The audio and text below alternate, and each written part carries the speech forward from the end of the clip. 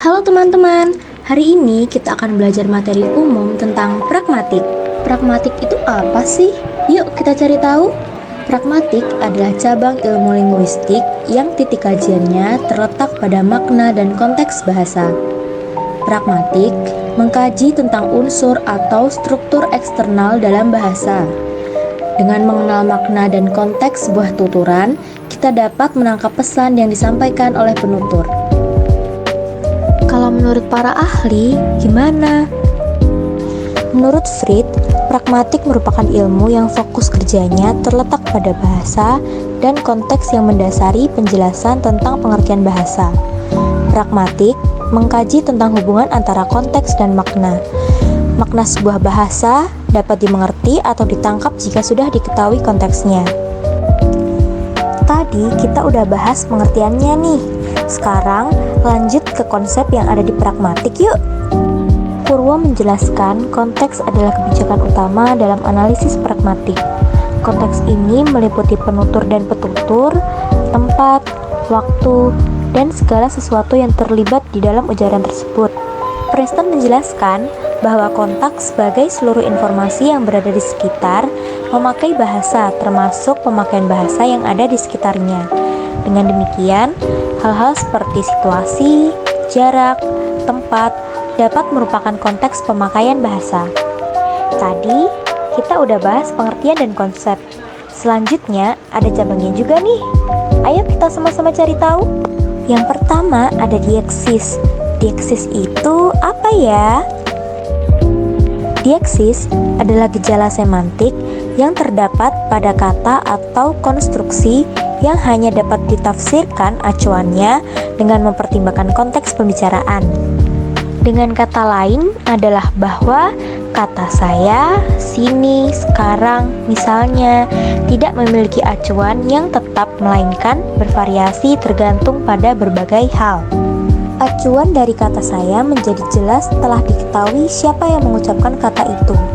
Kata sini memiliki rujukan yang nyata telah diketahui di mana kata itu diucapkan. Demikian pula kata sekarang ketika diketahui pula kapan kata itu diucapkan. Dengan demikian, kata-kata di atas termasuk kata-kata yang diektis. Yang kedua ada implikatur. Wah, kira-kira implikatur apa ya? Indikator percakapan merupakan salah satu ide yang sangat penting dalam pragmatik. Indikator percakapan pada dasarnya merupakan suatu teori yang sifatnya inferensial. Suatu teori tentang bagaimana orang menggunakan bahasa, keterkaitan makna suatu tuturan yang tidak terungkapkan secara literal pada tuturan itu. Menurut Levinson, menyebutkan bahwa implikatur sebagai salah satu gagasan atau pemikiran terpenting dalam pragmatik. Salah satu alasan penting yang diberikannya adalah bahwa indikator memberikan penjelasan eksplisit tentang cara bagaimana dapat mengimplikasikan lebih banyak dari apa yang dituturkan. Lanjut yuk, masih ada sisa 3 lagi nih. Yang ketiga ada praanggapan. Jika suatu kalimat diucapkan, selain dari makna yang dinyatakan dengan pengucapan kalimat itu, ikut turut serta pula tambahan makna yang tidak dinyatakan tetapi tersiratkan dari pengucapan kalimat itu. Pengertian inilah yang dimaksud dengan tanggapan. Kalimat tidak tutupkan dapat dinilai tidak relevan atau salah bukan hanya karena pengungkapannya yang salah, melainkan juga karena beranggapannya yang salah. Belum habis. Cabang selanjutnya ada tindak tutur. Menurut Austin, mengucapkan sesuatu adalah melakukan sesuatu. Austin secara khusus mengemukakan bahwa tuturan-tuturan tidak semata-mata hendak mengkomunikasikan sesuatu informasi, melainkan meminta suatu tindakan atau perbuatan.